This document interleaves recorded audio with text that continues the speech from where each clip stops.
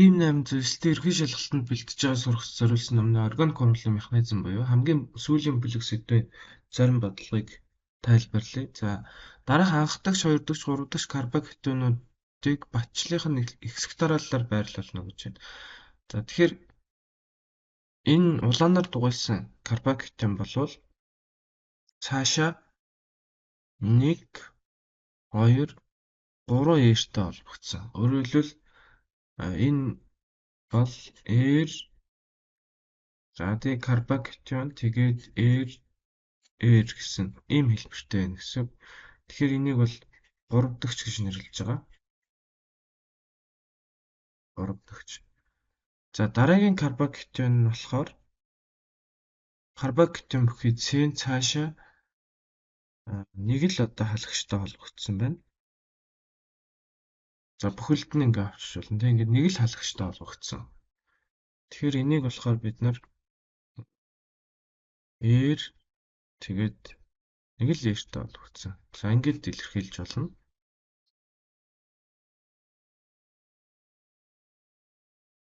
За дараагийнх нь карбоксилтон бүхий C цаашаа 2 халагчтай холбогдсон байна. Тэгэхээр энийг бид нар ээр C тэгээд ээр гэд ингээд хэлж болно. За карбоксилтон бүхий C нэг халагчтай холбогдсон байвал энийг анх дахьч гэж нэрлэнэ. Харин 2 халагчтай холбогдсон байвал энийг хоёр дахьч гэж нэрлэнэ.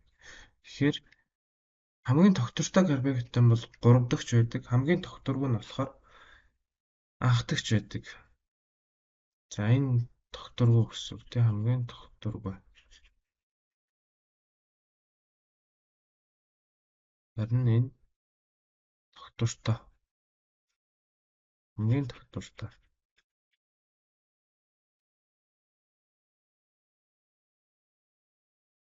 За тэгэхээр зөв хариу нь ихсэх дараалал гэсэн учраас хамгийн тогтвортой 1 юм байна. Тэгээд 3 юм байна. Тэгээд 2 юм байна. Хамгийн тогтворгүй нь 2 юм байна. 2, 3, 1 гэхээр зөв хариу нь E. За дараах алкенуудыг HX тэ электрофил нэгдэх хуралд орох идэвхтэй ихсэх дарааллаар байрлуулна гэж. Тэгэхээр давхар холбоон дээр холбогдсон одоо бүлгүүд нь электрофил нэгдэх хуралын хурдад бас нөлөөлдөг байх нь л тэ. За жишээлбэл одоо ээр CH2 гэсэн. За энэ ээр буюу энэ ээр бол нөгөө ареаны цагирга дээр байгаа тохиолдолд нэгдүгээр төрлийн чиглүүлэгч шүү дээ, тийм ээ. Цагирга руу электроныг нийлүүлдэг. Яг тэрнтэй төстэй ээр бол P холбоонд электроныг нийлүүлээд тэгээд одоо нөгөө P холбооны электроны нягтрал ихсээд энэ одоо электрофил нэгдэх хуралыг хурцсгадаг. Шалтгаан нь бол P холбооны электроны нягтралыг ихсгдэг байх нь шүү дээ. Нэгдэх хуралыг хурцсгана. Гэтэл одоо CH сон бүлэг байгааз. За энэ болохоор яах вэ гэхээр нөгөө дан давхар холбоогоор дамжуулаад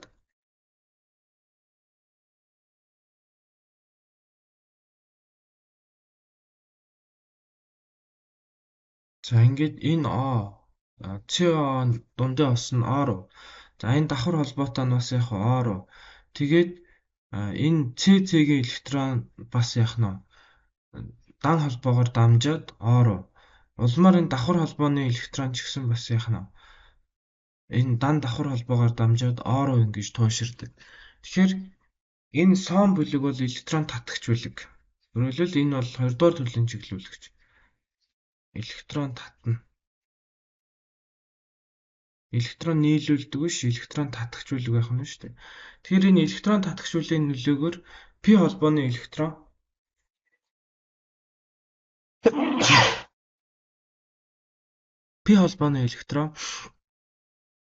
сон бүлэг рүү одоо тууширдаг гэсэн үг. Энэний нөлөөгөөр энэ P холбоондох электроны нягтрал буураад электрофил нэгдэх хурал удаашрдаг гэсэн үг. Нэгдэх хурал удаашрна.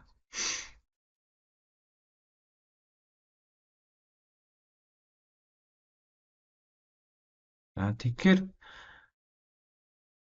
одоо энэ электрон татагч бүлэгтэй буюу хамгийн удаан явагдах урвал нь сон бүлэгтэй холбогдсон алкин байх нь шүү дээ. За тэгээд дараагийнх нь болохоор ямар нэгэн бүлэгтэй холбогдоогүй этин. За тэгээд дараагийнх нь нэг бүлэгтэй холбогдсон. Нэг eerтэй холбогдсон.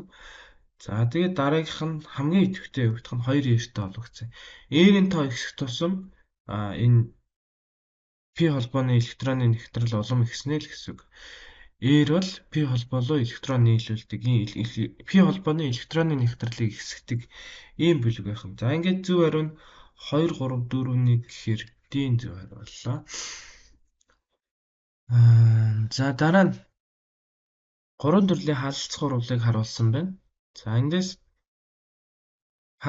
урвалын механизм тайлбарлахаас өмнө эхлээд энэ химийн холбооны тасралтыг одоо илэрхийлье. За холоор 2 гэх юм бол нэг холоор нь нэг электрон, нөгөө холоор нь нэг электрон гаргаад ингээл холбогдсон байгаа гэсэн үг шүү дээ. Тэгэхээр энэ урвалжийн молекулт химийн холбоо ерөнхийдөө нэг хоёр төрлийн тасралт орж байгаа. За гомолитик тасралт гэж байгаа. Энэ нь одоо гэрлийн нөлөөнд бол гомолитик тасралт ороод өөрсдийнхөө электроныг аваад салдаг гэсэн үг. Өөрөөр хэлбэл яг ингээд тасрах нь шүү дээ гомолитик тасралт гэдэг нь. За энэ үүссэн гомолитик тасралаар үүссэн жижиг хэсгийг бид нар артикал гэж нэрлэдэг байна. Артикал. За гэтэл одоо дахиад ямар тасрал байх боломжтой вэ гэхээр нэг нь хоёуланг нь аваад салж болно. За ийм төрлийн тасралыг бид нар гетеролитик тасрал гэж хэлээд байна. Гетеролитик. За катализаторын нөлөөнд ер нь катализаторын оролцоотой. Катализаторын оролцоотой гомолитик тасралт, гетеролитик тасралт ороод сөрөг цэнхтэй ион бас яах нь эерэг цэнхтэй ион болж ион үүсгэж байгаа байхгүй юу? Тэгэхээр энэ үүссэн сөрөг цэнхтэй ионыг органик химид нуклеофил гэж нэрлэж байгаа. Нуклеофил. Эерэг цэнхтэй ионыг болохоор органик химид электрофил гэж нэрлэж байгаа. Тэгэхээр ерөөсөө органик урвалын механизм гэдэг бол механизмыг одоо нэрлэнэ гэдэг бол мэдээж нэгдүгüүрт бол урвалын төрлөө тодорхойлно. За тухайн урвал нь нэг дэх урвал юм уу, халдцах урвал юм уу, тийм ээ.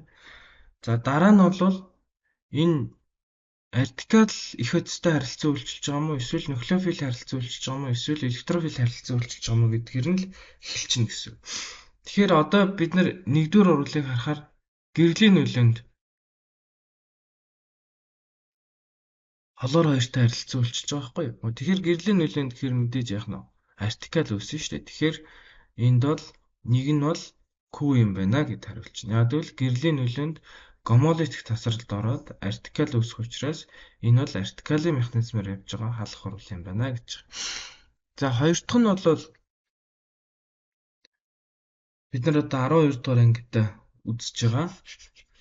За өөрөөр хэлбэл энэ нөгөө катализатор өгсөн байгааз. Тэгэхээр энэ бол яах нь ямар ч байсан химийн холбоо нь урвалжийн молекулт химийн холбоо гомолитик эсвэл гетеролитик тасралт орно гэсэн үг.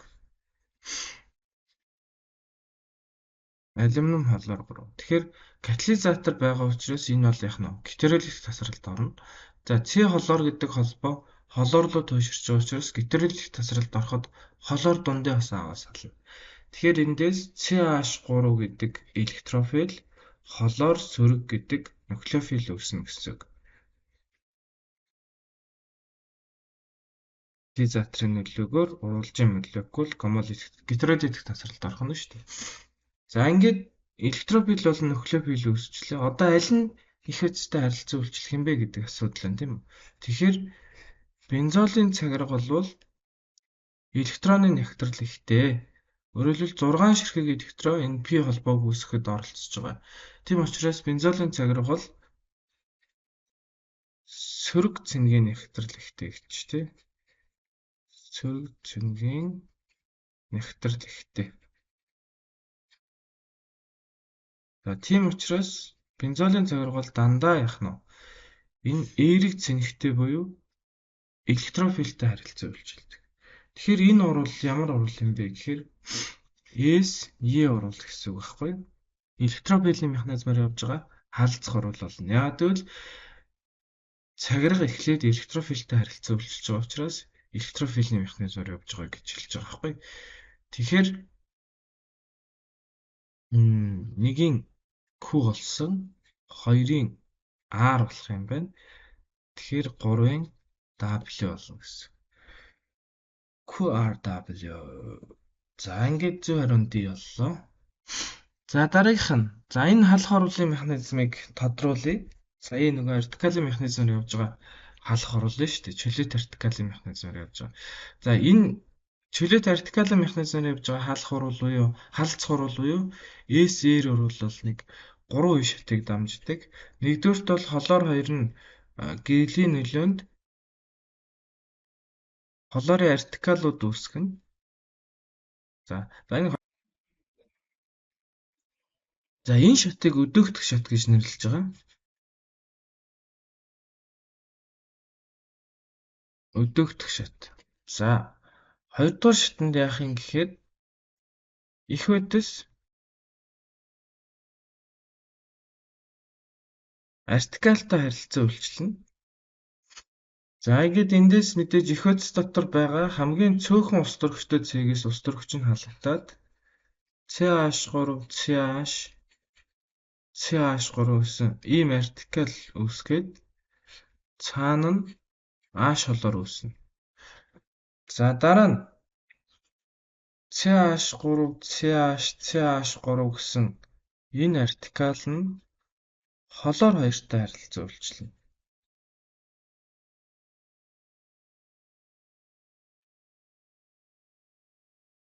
За холоор хоёртой харилцаа үйлчлээд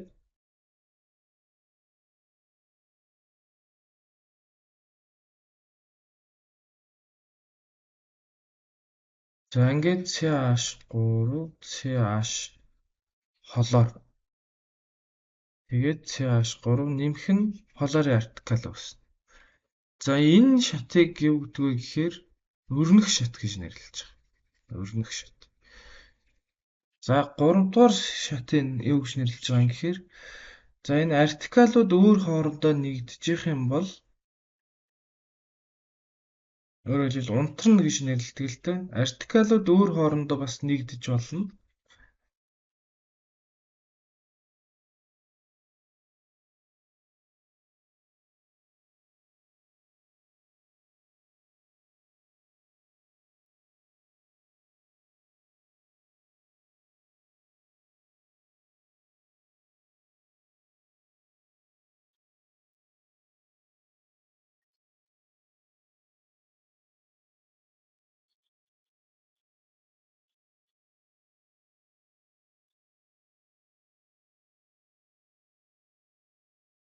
За ингээд вертикалууд өөр хоорондоо нэгдэж болно. Тэгвэл энэ шатыг төгсөх шат гэж байгаа. Өөрөөр хэлбэл вертикалууд өөр хоорондоо нэгдээд идэвхтэй жижиг хэсэг байхгүй болчих юм бол яах нь вэ? Урвал төгснө гэсэн ийм санаа явж байгаа.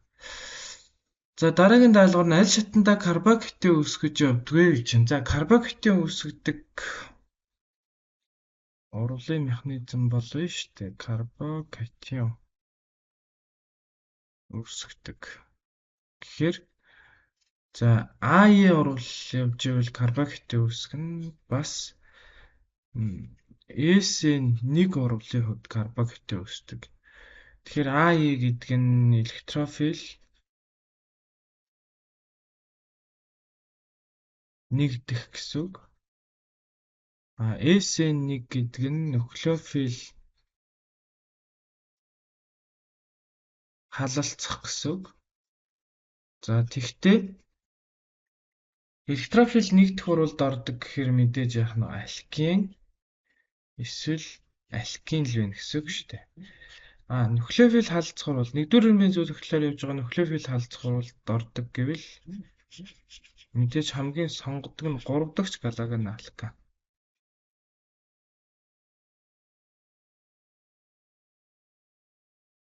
За тэгэхээр карбокатин үүсгэж явагддаг урвал гэхээр электрофил нэгдэх урвал байж болно. За тэр нь алкин болон алкин орно. Нэгдүгээр ирмийн зүйл хөтлөөр явж байгаа нуклеофил халалцах урвал байж болно. Тэр нь 3 дахь галаген алкан. Тэгэхээр эндээс харахаар энэ алкин дээр бором нэгдэж байгаа. Энэ урвал байгаа байхгүй юу? Энэ урвал АЕ урвал гэсэн үг. За дараагийнх нь болохоор S-ийн 2 юм байна. За 2-1-ийн ялгааг би дараа нь тайлбарлаж өгнө. За дараагийнх нь болохоор S-ээр урвал байна тий. Артикл механизмээр явж байгаа халах урвал. За дараагийнх нь A-ийн урвал байна. За A-ийг бас тайлбарлаж өгнө. За дараагийнх нь бол зөвхөн хүчил суурийн хооронд явагдах саармагч урвал байна. Хүчил суурьтай харилцан үйлчлээд ус үүсэж байгаа урвал. За тэгэхээр A-ийг бол яг хуу алкин эсвэл алкины одоо нэгдэх хуруулах юм бол электрофил нэгдэх хуруулаа гэж ойлгочих болно. За галагон алканыг натрийн ооштой харилцан үйлчлэх хуруул бол нуклеофил хаалцах хуруул. За энэ алканы холоортой харилцан үйлчлэх хуруул бол гэрлийн нөлөөнд явдаг учраас вертикалийн механизмаар явж байгаа хаалцах хуруул. За альдгид кетоны энийг би тайлбарлая гэсэн. За одоо нуклеофил нэгдэх хуруул орж ирж байна. Тэгэхээр нуклеофил нэгдэх хуруулд ордог нэгдэл гэвэл этанол. Өөрөөр хэлбэл нуклеофил нэгдэх хуруул буюу А энэ урвалд хэн ордгийг гэхээр ерөөсөө л карбонил бүлэг агуулсан нэгдэл орно. Карбонил бүлэг агуулсан. Энэ нэгдлүүд бол нуклеофил нэгдэх хуруулд орно. Тэгэхээр бидний одоо агуулгын хүрээнд болохоор мэдээж кетон байж болно. За эсвэл альдгид байж болно. Энэ хоёр л яах нь нуклеофил нэгдэх хуруулд орно. За тэгээд энэ 1386 дээр би нуклеофил нэгдэх хуруулын механизмыг харуулъя. За нэгдүгürt энэ HCN гэдэг бол дундын осонд C-рүү туйлшраад C сөрөг туйлтай H нь эерэг туйлтай болж байгаа байхгүй юу? За дараа нь бид нар карбонил бүлгийнхаа туйлшрлыг харах юм бол карбонил бүлэг чинь дундын ос нь O руу туйлшраад O дээр сөрөг C дээр эерэг туйлтай болчихж байгаа. Тэгэхээр ерөөсөө энэ карбонил бүлэг агуулсан нэгдэлтэх энэ эерэг туйлтай C бол дандаа урвалын төв болдог гэсэн. Энэ дээр л урвал явж эхэлдэг байх нь л дээ. Тэгэхээр энэ рүү болвол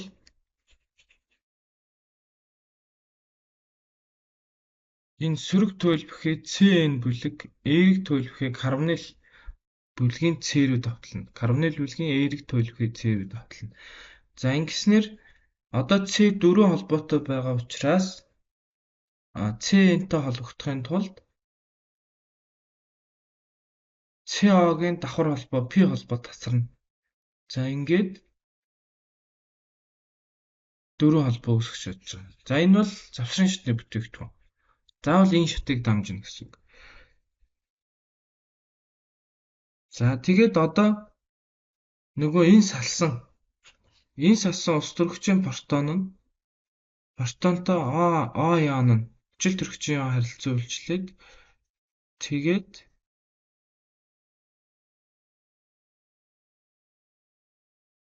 за ийм эцсийн бүтээгдэхүүн үүсэж байгаа гэсэн. Тэгэхээр энийг нэрлэх юм бол 1 2 3 гээд 2 метил тэгээд 2 гидрокси тэгээд 3 цэтэй учраас пропан нитрил гэж нэрлэдэг гэсэн. Өөрөөр хэлбэл гидрокси нитрил үүснэ гэж хэлж байгаа байхгүй. Нитрил бүлэгтэй бас OH бүлэгтэй. Тэгээ нэрлэхдээ мэдээж нитрил бүлгээ одоо үндсэн хэлхээ гэж үзээд OH халагч гэж үзээд нэрлэх нь шүү дээ. За тэгэхээр альдгид кетон алимч байсан карбонил бүлэг дээр явж байгаа нэгдэх хуруул яг ингээл явна гэсэн үг. Эхлээд нитрил бүлэг очиж карбонил бүлгийн С-тэй харилцан үйлчлээд нэгдэнэ. За тэгэхээр тулд C5 холбоо үүсэх боломжтой учраас энэ нитрилтэй нэгдэхийн тулд CO-гийн давхар холбоо P холбоо нь тасраад дундын ос нь O руу шилждэг гэсэн үг. Дараа нь тэр сөрөг цэнэгтэй O нь CN-ийн найрлагт ус төрөгчийн протоныг нэгдүүлснээр эцсийн бүтээгдэхүүн үүсэж байгаа. Ийм оруул байгаа. Тэгэхээр карбонил бүлэг агуулсан альдгид кетон болвол ерөөсөө үндсэн юм шинжин нуклеофил нэгдэх оруул байхгүй. За дараагийнх нь боронт алканыг натрийн оошийн уусамлаар үйлчлэх оруулын төрлийг сонгоно гэж байна. За тэгэхээр галогено алка.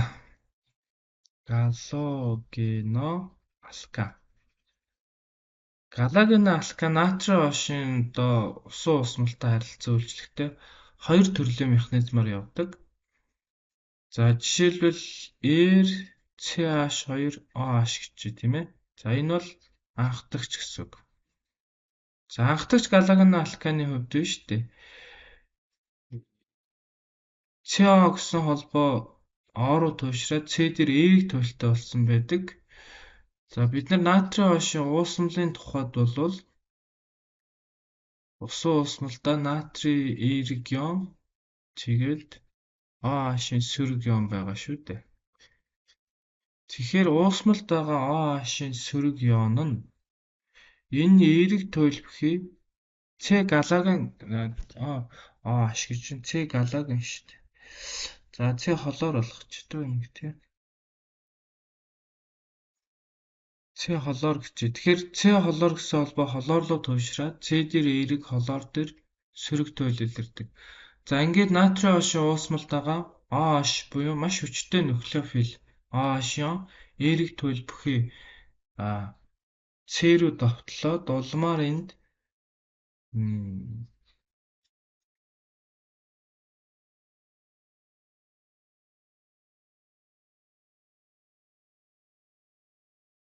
за ийм одоо шилжилтийн төлөвийг үүсгэдэг.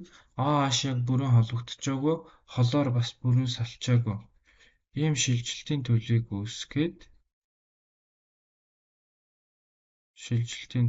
үүсгээд тэгээд цаашаа одоо яах нь OH нь бүрэн холбогдоод холоор нь бүрэн салж байгаа. Ийм эцсийн бүтээгдэхүүн өсөж байгаа байхгүй юу? За тэгэхээр энэ урвалын хувьд энэ бол нэг л шаттай урвал. Тэгэхээр энэ урвалын хурдны хуулийг бичих юм бол V тэнцүү K үржих нь RCH2 холоорын концентрац үржих нь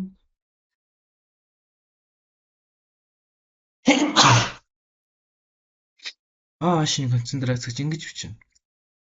Тэгэхээр урвалын урд бол их үдсийн концентрацаас хамаарч байна, бас яах нь урвалж байгаас хамаарч байна. Өөрөөр хэлбэл энэ нэг шаттай урвал тэгээд энэ урвалын их үдс нь энэ галагна холоорт алкан тэгээд OH байгаа байхгүй. Тэгэхээр нэг шаттай урвал учраас урвалын урд их үдсийн концентрацаас л хамаарна. Тэгэхээр хоёулаас нь хамаарч байгаа учраас энийг бид нэр ESN2 гэж нэрлэдэг байгаа. Өөрөөр хэлбэл 2 дугаар эрмийн зүй төгтлөөр явж байгаа нуклеофил хаалх орвол гэж нэрлэдэг байгаа. Тэгэхээр анхдагч галагна алкан бол натрийн хошийн усан уусмалтай харилцан үйлчлэхдээ ESN2 механизмаар явна л гэж хэлж байгаа. За тэгвэл 3 дахь байвал яах вэ гэдэг асуудал байна.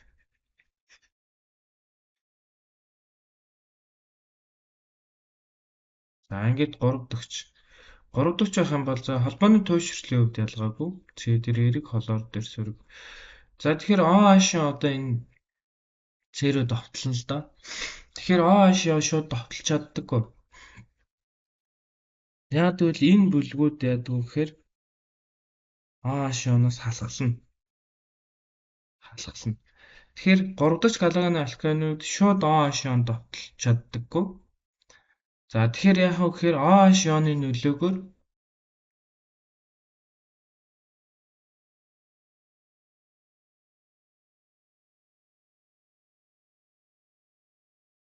OH-ионы нөлөөгөөр нөгөө туйширсан холбоо буюу С холоор гэсэн холбоо тасарна. Тэгтээ С нь яах нь холоор нь дундын хосоо аваас алдаг. Тэгэхээр энд ингээд карбоксилтэй өсөж байгаа байхгүй. Тэгээд цаана нь холоор сөрөг үүснэ. За одоо харин нөгөө OH-ион чинь энэ эерэг цэнэгтэй карбоксилтэй бол маш ялбархай харилцан үйлчлэнэ. Ингээд эцсийн бүтээгдэхүүн өсөж байгаа байхгүй. Тэгэхээр энэ урвал хоёр шаттай явж байгаа гэсэн. Эхний шат нь карбоксилтэй өсөд энэ шат нь удаан, хоёр дахь шат нь хурдан явдаг гэсэн үг.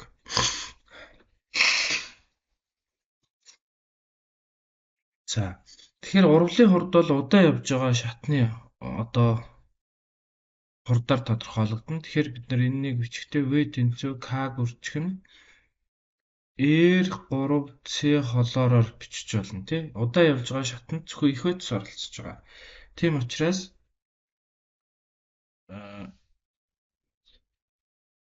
энэ 3 дахь галагна алканууд натрин гэдэг төсөлд усан уусмалтай харилцан үйлчлэхдээ SN1 буюу 1-р эренбийн зүй тогтлоор явагдах нуклеофил хаалх урвалд ордог гэсэн. Тэгэд энэ урвалын завсрын шатанд карбоксилтэй үүсдэг юм шүү дээ. За энэ бол шууд боромт алкан гэж хэлсэн учраас анх дагш 2 дагш 3 дагшийг хэлээгүй. Тийм болохоор галагны алкан учраас нуклеофил халдцах урвалд орно гэж сонгож байна. За дараагийнх нь энэ урвалын механизм байна. Тэгэхээр урвалын механизм бичгтээ хэд хэдэн зүйлийг анхаарна. За нэгдүгürt бол энэ холбооны туйшрлаа зөв илэрхийлсэн байх ёстой. Өөрөөр хэлбэл нөгөө туйлаа зөв тэмдэглэнэ гэсэн. Холбооны туйшрлыг зөв илэрхийлнэ.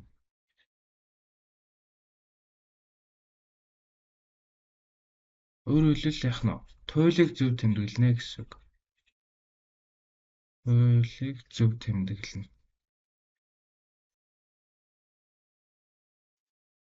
За хоёрд нь холбооны тасралыг зөв илэрхийлнэ. Холбооны тасралаар үүсэх жижиг хэсэг гэж тий. Тасралаар үүсэх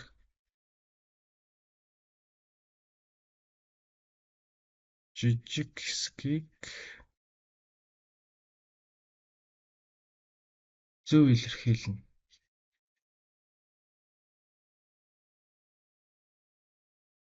За гуравт нь сумыг сөргөөс эерэг рүү чиглүүлэн зурнаа. За ийм гурван зүйлийг эерэг рүү чиглүүлэн зурна.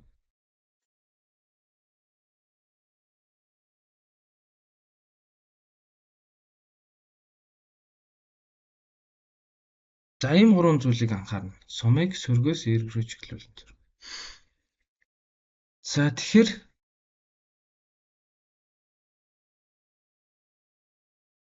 одоо жишээ нь H бором гэсэн ийм оруулж байна шүү дээ. H бором. Тэгэхээр дундын ос нь бором руу туйширч байгаа учраас бором дээр сөрөг, H дээр эерэг гэж тэмдэглэх ёстой. За тэгэхээр энэ дээр болохоор туйлуудаа энд туйлыг буруу тэмдэглэсэн байна, тий. Энд бас буруу тэмдэглэсэн байна. За дараа нь H бором гэсэн холбоо тасрахдаа дундын осоо бором нь аваад сална. Яг л цэглэн сурагч нар ихтэй учраас. Тэгэхээр ус төрөгчийн электрофил боромын нуклеофил үүснэ гэсэн. Тэгэхээр энэ дээр боромыг электрофил үүсгэсэн байна. Буруу, тийм ээ. За дараа нь энэ дээр болохоор нөгөө сумаа буруу зурсан байгааз сумаа эергээс сөрөг рүү зурсан байна. P холбоо бол электроны нягтрал ихтэй. Электроны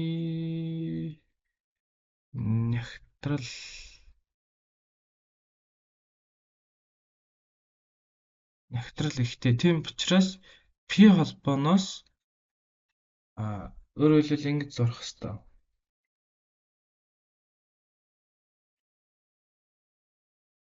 P холбоо ус төрөгчийн электрофилтэй харилцан үйлчилснээр ингэж зурах хэрэгтэй шүү. Тэгжиж энэ алкин болон алкины нэгдэх хурлууд чинь дандаа яах нь электрофил нэгдэх хурлаа гэдэг байхгүй. За тэгэхээр энэ дээр бас юу буруу зурсан байна. Сумны чиглэлийг буруу зурсан байна. За тэгэхээр зөв хариулт нь юу болж байна вэ? C болж байна гэсэн үг тийм. C дээр туйлаа зөв тэмдэглэсэн байна. Холбооны тасралаа зөв илэрхийлж байна тийм ээ. Ааш нь бором нь аваад сална шүү гэд. Тэгээ сумаа зөв зурсан байна. За дараа нь вертикал механизмаар явагдах урвалын энергийн утгыг ашиглан зөв хариуг сонгоно гэж байна. За эндээс зөв хариулт нь бол 1 л дээ. За ингэчээ. Дельта H1, энийг дельта H2, энийг дельта H3 гэчээ. Тэгэхээр бид нар энэ сөрөг тэмдэг дээр одоо төөрөлдөж болохгүй. Одоо бид нар жишээ нь ингэж шүү дээ. Дельта H тэнцүү сөрөг 243 гэж байгаа. Тэгэхээр энэ сөрөг тэмдэг бол зүгээр ялгарсан гэдгийг л хэлж байгаа. Ялгарсан. Тэрнээс энэ сөрөг тоо бол биш. Ялгарсан энергийг л илэрхийлж байгаа. За. Тэгэхээр ингэж байна. Холоорын 2 чөлөөт артикалаас молекул үүсэх. Тэр нь дельта H1 нь энерги утга нь моноолоор метаны үүсэх энерги утгаас их гинэ. За ингэсэн илэрхийллээ. Өөрөөр хэлбэл хоёрдугаар тохиолдол төр дельта H1 нь дельта H2-оос их шүү гэж байна. Гэтэл бид нар энд байгаа утгаа харах юм бол дельта H 2 нь их байгааз. За тэгэхээр энэ буруу гэсэн үг. Энэ бол буруу. За дараагийнх нь метилийн 2 чөлөөт вертикалаас eta үүсэх. Дельта H3 моноолоор мета үүсэх. Дельта H2-ын дельта H3 нь их гинэ. Тэгж юм. Үүсэх баг гэж штэ. Үүсэх утга нь холоор метаны үүсэх энерги утгаас бага гинэ. Тэгэхээр ингэж тэмдэглэж. Тэгэхээр эсрэгээр яагаад зүйтэй. 2 метилийн чөлөөт вертикалаас eta үүсэх хөрвөлийнх нь их байгаа байхгүй. Тэгэхээр энэ бас буруу гэсэн үг. Ингээд зөвхөн нэгдүгээр харилцаа. За дараагийнх нь болохоор за энэ анхдагч байгааз анхдагч галогон алка. Тийм учраас S-ийн 2-оор явна. За дараагийнх нь энэ спиртээс альдгид үүсэж байгааз тийм болохоор энэ бол яах нь эсэлтэх орвол. За ингээд ер нь ойлгомжтой болчихлоо тий. Дараа нь нөгөө альдгид дээр HCl нэгдэж байгаа нуклеофил нэгдэх оруулаа. За ингээд зөв харин D юм байна. За дараагийнх нь болохоор ямар ч байсан сүүлийнх нь бол нуклеофил нэгдэх орвол энэ орвол. За хоёр дахь нь болохоор бас ялгаагүй спиртээс кето өсөж байгаа. Тэгэхээр эсэлтэх орвол. За тэгээд эхнийх нь болохоор хоёр дахь галагон алкан байна. Тэгэхээр S юм уу, SN1 юм уу, SN2-ын аль нэгээр л явна л да. Гэхдээ энэ халахлж байгаа бүлгүүд нь том учраас халахлалт том байгаа учраас одоо шууд нөгөө C рүү давталж чадахгүй. Тийм болохоор SN1-ээр явж байгаа байхгүй. За ингээд задгаа даалгавар байгаа юм байна. Этанол гаргаах урвалыг явагдах нөхцөлийг сонгоно. За энэ ч ер нь юутай л холбоотой юм байна. Ихэнх нь хим шинжтэй л холбоотой юм лээ. За А нь бол мэдээж 9. За C H O-гийн массын харьцаа нь 7.2 г, 1.6 г, 3.2 г гинэ. За тэгэд молуудын болохоор энэ 0.6 мол болох юм шиг байна. Энэ бол 1.6 мол хэвээрээ. Энэ болохоор 0.2 мол болох юм байна. За бүгдийн 0.2 мол тооцох юм бол энд 3, энд 8, энд 1 гарах юм байна. C3 H8 юм байна тийм үү?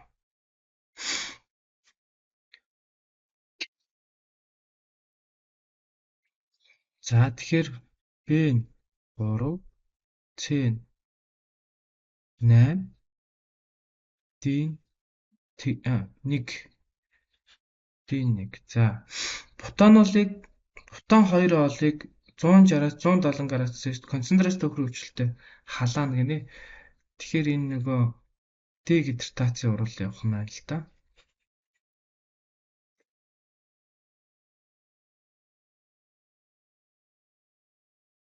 Концентрац төхрөгчлөлтөд. Тэгээд 160-аас 170 градусээс ахна шүү дээ. За тэгэхээр эндээс ус сална. Зэрэгэлдэх хамгийн цөөхөн ус төрөгчтэй цэгээс ус төрөгч сална.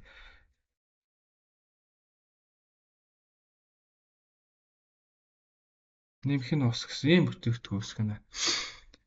Тэгэхээр тэр нь хэдий 7 юм байна тий. За ингээд ийм 7 нэг бромо бутаныг шүлтийн усан усамлаар үйлчлэхэд явагдах урвалын дугаар 1 бромо бутан гэдэг чинь энэ. Тэгээд натрийн хошин усан усамлаар гэдэг зүйлээ тий. Тэгэхээр энэ анхдагч галагон алкан байгаа хгүй. Тийм учраас S-ийн 2-оор явна гэсэн үг. Тэгэхээр F-тэр нь S-ийн 2 гэхээр 5 юм байна. За этанолын хүчлэг орчинд калиен ди хроматаар карбон хүчил үүсгэн эсэлтэх урлын тэгштэл биш тэнцвэрлэн коцентуудын нийлбэрийг олоорой гэж.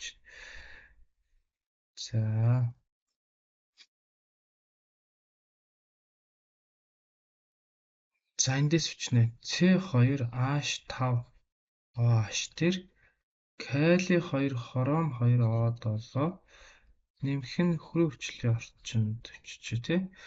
За ингээд CH3 сон тэгээд хром 2 SO4 3 дахин кали 2 SO4 нэмэх нь ус гэд ингээд бичнэ. За CH3 CH2 OH-ийнхаа эсэлтгүй ямиг олноо. За C нь O руу нэгийг өгөөд ус төрөгчөөс 1 гээд 2-ыг авна. Тэгэхээр 2-ыг аваад 1-ийг өгж байгаа учраас энэний эсэлтгүй юм сөрөг 1 болох нь л дээ. За харин карбон хүчилтэх сон бүлэгдэх эсэлтгүй юм нь болохоор 3-ыг өгчөж байгаа юм байна тийм ингээд. Тэгэхээр эерэг 3 болох юм байна. За тэгэхээр C сөрөг 1-ээс эерэг 3 болно гэдэг нь нийтдээ 4 электрон чөлөөлөгдлөө гэсэн үг.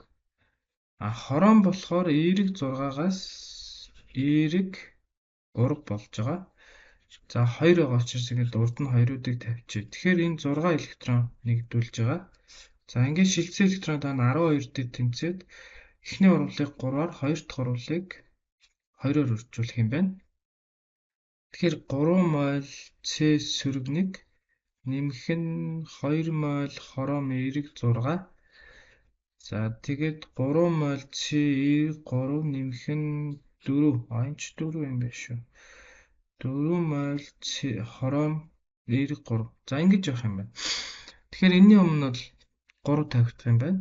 За хором эерэг 6 шин 4 байна гэж байгаа. Тэгэхээр энд 2 байгаа учраас өмнө 2-ыг тавьчихад 4 болчихно. За энд 3-ыг тавьчихна. Энд 2-ыг тавьчихна. За ингээд калига тооцохоор кали 2-ээс өмнө бас 2 тавигдах юм байна. Урд кали 4 болсон юм байна шүү дээ. За ингээд SO4-өө тоолъё. SO4 хойно 6 8 байгаа юм байна. Тэгэхээр энэний өмнө 8-ыг тавих юм байна да. За одоо хаашаа тоолол болох гэдэг юм да.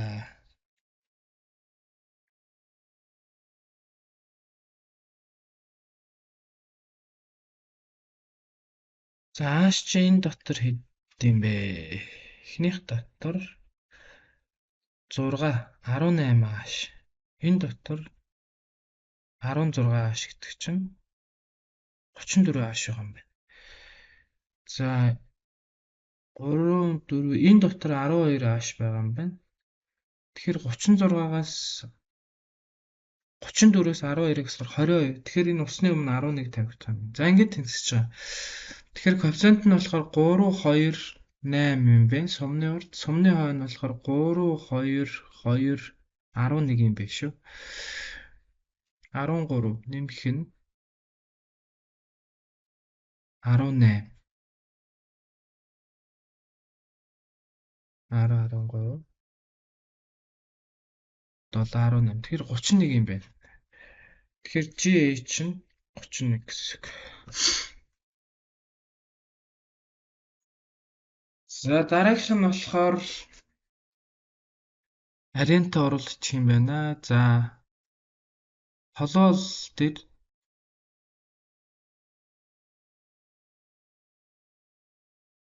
холоор 2-ыг гэрлийн нөлөөнд нэмж байгаа юм байна. Тэгэхээр эндээс бол гэрлийн нөлөөнд учраас халалцаа цаграг дээр биш халагч дээр явагддаг. Тэгэхээр эндээс CH2 холоор нэмэх нь H холоор үүснэ. Тэгэхээр энэ юу нэ? X нэм байна.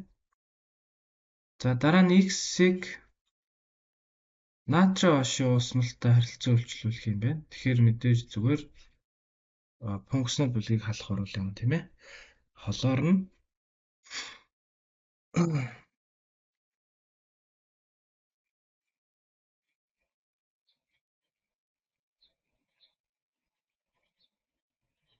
ингээд нэмэх нь натрийн холоор үүснэ.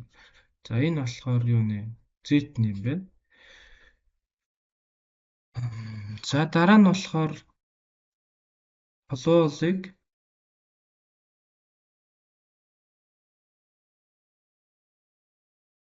катализаторын нөлөөнд холоор хоёртой харилцаа үйлчлүүлэх юм байна.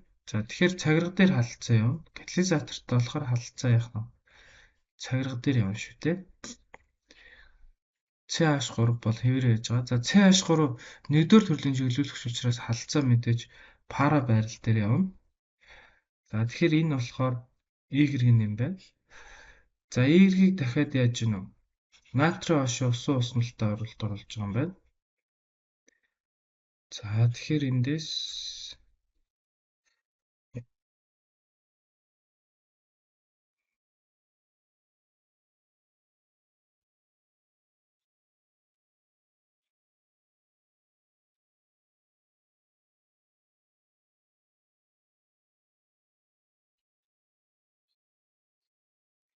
за ингээд холоор нь OH бүлгээр халагдсан юм нэгдэл үүсэх юм байна. Тэгэхээр энэ нь болохоор Q юм байна. За ингээд болчихж байгаа. За толгоолоос X нэгдэл үүсэх урвалын механизмын тэмдэглэгээ. Энэ бол гэрлийн нөлөөнд галогентэй нэгдэж байгаа учраас мэдээж яах нь SR тий артикалийн механизмаар явж байгаа хаалх орвол гэсэн. Тэгэхээр E-ний болох нь артикалийн механизмаар явж байгаа хаалцах орвол гэхэд 1 юм байна.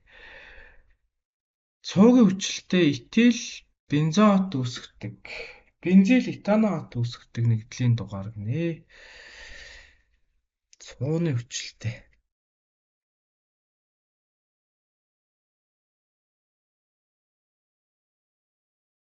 Цууны хүчлэл энэ байна. Тэгээд энэ дээр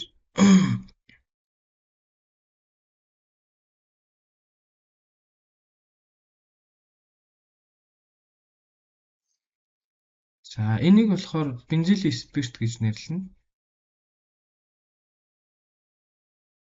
Бензил спирт. Фенол арай биш байна шүү дээ, тийм ээ. Цагирга дээр CH2 байгаа шүү дээ. Тэгэхээр бензил спирт гэж нэрлэх юм. За тэгээд хойш нь сум зааж гэр доош нь зааж шүү дээ. Гэлж ингэж. За тэгээд эндээс болохоор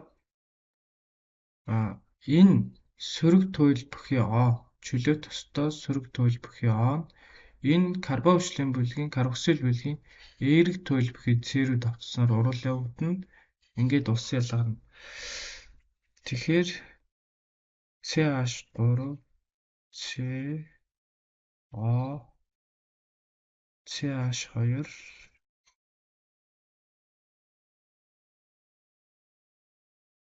за ийм нэгдэл үүсэж байна. Тэгэхээр бид нэр энийг болохоор этаноот гэж нэрлэнэ. За энэ хэсгийг болохоор бензил гэж нэрлэнэ. Тэгээд бензил этаноот гэсэн. За бензил гэдгээр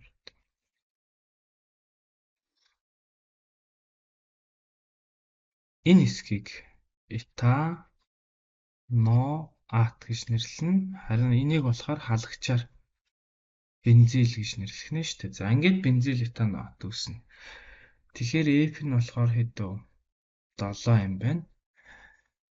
За галогеныг гэрлээр шарахад гомолитик тасралд ордгоо гэд хэлсэн байна тий. Тэгээд хорофены CH3 CH2 холоор хоёртой гэрлийн нөлөөнд гэж байна тий. Тэгэхээр мэдээж энэ хасан C дээр халах урвал явагдаад за ийм урвал явагдана. Тэгэхээр энэ бол SR урвал гэсэн үг. Тэгэхээр SR гэж нэг байсан баха тий. За нэг юм байна. За дараа нь болохоор энэ бол түрүүн зөндөө ирсэн тий AE урвал. Мэдээж энэ бол нэгдүгээрт нэгдэх урвал. Хоёрдугаарт энэ хараа бором P холбооны нөлөөгөөр боромт химийн холбоо туйлшраад тэгээд боромт химийн холбоо гомолитик тасралт орчиж байгаа байхгүй. Тэгээд P холбоо болохоор яах нь эхлээд энэ электрофилийг нэгдүүлнэ. Дараа нь энэ нуклеофилийг нэгдүүлж байгааз тэгэхээр электрофилийн механизмээр явж байгаа нэгдэх урвал гэсэн үг. 4 юм байна. За ингэ болчихж байгаа.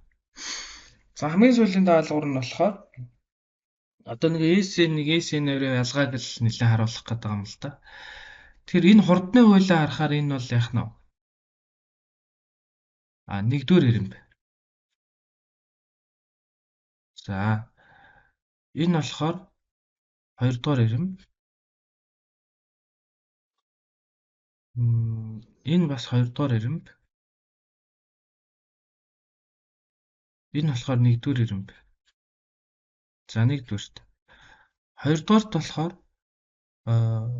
за нэг дугаартаа их байдс болохоор C3H7 тэгээд CCH3 CH3 яад байгаа байхгүй. За хоёр дугаартаа байдс нь болохоор C4H9 тэгээд CH2 бором гэчи. За 3 дугаартаа байдс нь болохоор C3H7 тэгээд CH3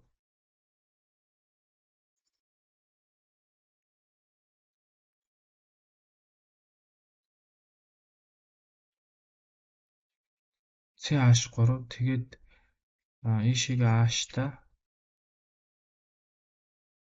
ийшээ холоортой. За 4 дугаартаа байдс нь болохоор бас C3H7 тэгээд CCH3 ийшээ H-та ийшээ болохоор холоортой маань тий. За тэгэхээр эхлээд анх дахь, хоёр дахь, гурав дахьчаа ялгана. За энэ болохоор гурав дахь юм байна. Галагантай холбогдсон зэн 3 одоо халагчтай холбогдсон. За энэ анх дахь юм байна. Энэ болохоор хоёр дахь юм байна. За энэ бас хоёр дахь юм байна. За ингээд анх дахь, хоёр дахь холбогдсон ялгацсан. За хамгийн ихний даалгавар нь их байдс нь хамгийн хялбар халагдагч бүлэг агуулсан молекулыг заано гэж байна. Тэгэхээр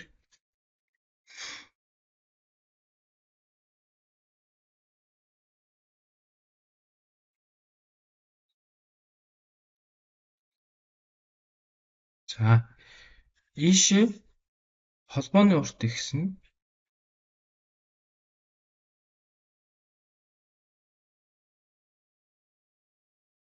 За тэгээд холбооны энерги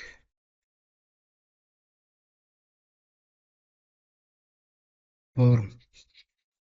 Тэгэхээр С-йод холбоо хамгийн амархан тасарна гэсэн. Хамгийн амархан тасарна. За тэгэхээр яах нь вэ? Эндээс йод агуулсан гээд 1 гэж сонгож байгаа байхгүй шууд. За дараа нь эсэлтүүлэн карбон хүчил гаргаа авч болох урвалын дугаар гэж байна. За энэ болохоор 2. За ягаад гэвэл 2 чинь ингэх гэдэг шүү дээ. C4H9 CH2 бором байна. Энд дэр юу нэмж байна? Натрийн оши уусмал нэмэхээр C4H9 CH2OH нэмэх нь натрийн бромид үүсгэнэ. Тэгэхээр энэ анх дахь спирт байхгүй. Тийм учраас эсэлтэд карбон хүчил үүснэ. За хоёрдугаар ирэмбийн механизмаар хамгийн идэвхтэй явагдах боломжтой урвалын дугаар. Хоёрдугаар ирэмбийн механизмаар за SN2 хэр 2 эсвэл яах нь 3-ыг авах хэвээр. Гэхдээ хоёрдугаар ирэмбийн зүй тогтлоор бол анх дахь галагны алка хамгийн одоо яах нь эрчимтэй урвалд ордог гэж түрүү хэлсэн. Тэгэхээр 2. 2 эсвэл 3-ыг сонгоно. Тэгэхээр 2 ч анх дахь, 2 дахь ч яах вэ? 3 дахь ч байхгүй. Тийм учраас анх дахь галагны алкан бол орон зай халахлалт бага учраас SN2-оор маш эртэмтэй явдаг. За хамгийн тогтвортой карбоксилтэй үүсгэж явдаг урвалын дугаарыг сонгоно гинэ. За тогтвортой. Тэгэхээр бид нар түрүү SN1-ээр явж байгаа тохиолдолд яадаг гэсэн карбоксилтэй үүсгэдэг гэсэн тий. 1-ээр явж байгаа тохиолдолд карбоксилтэй үүснэ. Тэгэхээр бид нарт харагдж байгаа 1-р урвал болон 4-р урвалаас карбоксилтэй үүснэ гэсэн үг. 1 болон 4-өөс. Тэгэхээр би энэ дээр шууд үүсгэчээ гэж бодчих. 1 болон 4-өөс. За тэгэхээр нэгээс карбоксилтэй үүснэ гэхээр йод нь дундын хосоо салаад C3 H7 C тэгээд CH3 CH3. Өөрөлдвөл 3 дахь карбоксилтэй үүснэ гэсэн үг. 3 дахь. За 4-өөс болохоор за яхаа бас холоор нь аваад сална. Тэгээд C3H7 C H CH3 карбоксил. Энэ нь болохоор яах нь 2 эртээ олгогдсон учраас 2 дахь карбоксил үүсэж байгаа байхгүй. Тэгэхээр мэдээж хамгийн тогтвортой нь гэхээр 3 дахь тогтвортой карбоксил үүсгэх нь үнэхээр 1 гэж хэлэх нь л да. Ягаад гэвэл 1-ээс 3 дахь карбоксил үүсэж байна. За их утсан 100% конфигурацийн эргэлтэнд ордог гэхээр энэ шүү дээ. Энэ болохоор S-ийн 2-оор явж байгаа тохиолдолд 100% конфигурацийн эргэлтэнд орно. Тэгэхээр 2 эсвэл 3 дугаар урвалын тухай ярьж байна гэсэн үг. Стереоизомер бүхий бүтээгдэхүүн үүсгэн гэж байгаа. За тэгэхээр ямар ч S-ийн 2-оор явж байгаа тохиолдолд 100% конфигурацийн эргэлтэнд орно. Тэгэхдээ 2 болон 3-ын хувьд зөвхөн 3 л яах нь хирал зэтэй. 4 өөр халагчтай олгдсон байгаа байхгүй.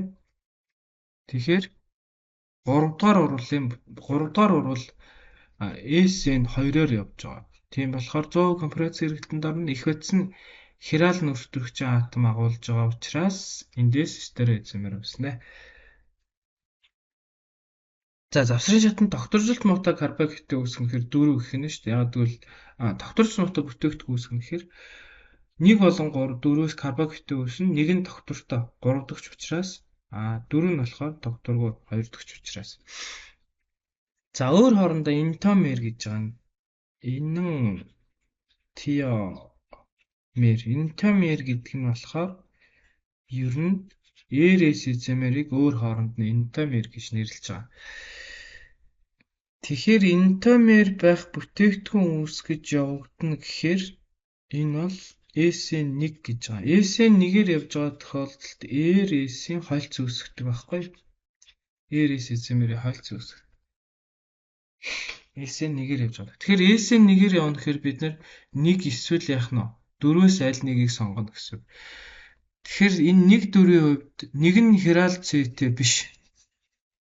4 нь бол яах нь хирал зэтэй байхгүй. Тэгэхээр энэ дээр бол яах нь 4-өөс 4 бол хирал нөртөрөгчийн атом агуулсан. Тэгээд энэ 4 нь S-ийн 1 урвалд орно. Тэрний дүнд яах нь R болон S изомер үүснэ гэсэн. Тэгэхээр R-S изомерийг хооронд нь юу гэж байна вэ? Энтомер гэж нэрлэж байгаа байхгүй. За ингээд органик хурлын механизм бүлэг сэдвийн бодолд дуслаа.